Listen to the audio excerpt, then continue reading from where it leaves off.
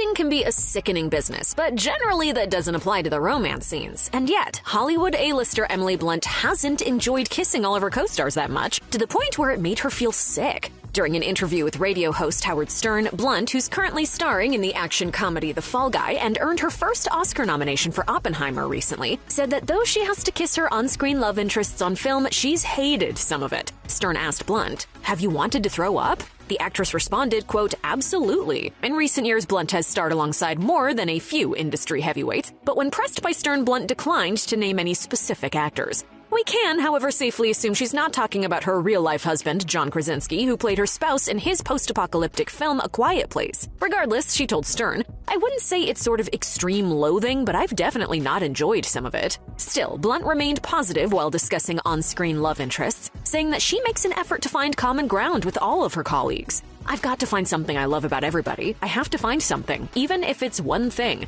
It might be that they have a nice laugh or I like how they speak to people. They're polite." Blunt continued, "I mean, it might be something random, but find something you love about that person or something you love about them as the character, and then kind of lean into that." Blunt went on to say, though, sometimes she's able to find solid on-screen chemistry with someone she actually doesn't like very much, which is a phenomenon she can't fully explain. Blunt, who's been a Hollywood staple since her breakout role in the 2006 workplace comedy The Devil Wears Prada, went on to say, "Sometimes it's a strange thing. Sometimes you could have a rapport that's really effortless, but it doesn't translate on screen. Chemistry is this strange thing. It's an ethereal thing that you can't really bottle up and buy or sell. It's like there or it's not." So how does Blunt feel about her current co-star Ryan Gosling? Pretty good, as it turns out. Though she didn't name any of the co-stars she didn't like, Blunt told Howard Stern that she had a great time working with Gosling on The Fall Guy. And not just that, but they're friends off-screen as well. Blunt said of Gosling's partner, Eva Mendes, "I love his wife, Ava. I love their children, and I feel like I'm very lucky to be friends with a gem of a person like him."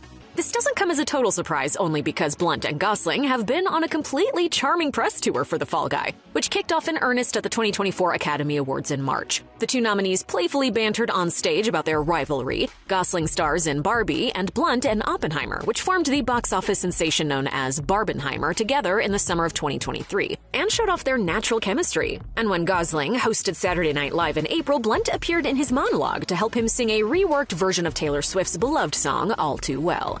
"I know how to do shtick with him. Like that, he's an easy person to bounce off. So like I knew this it guy. wasn't going to tank. I love him. I love him."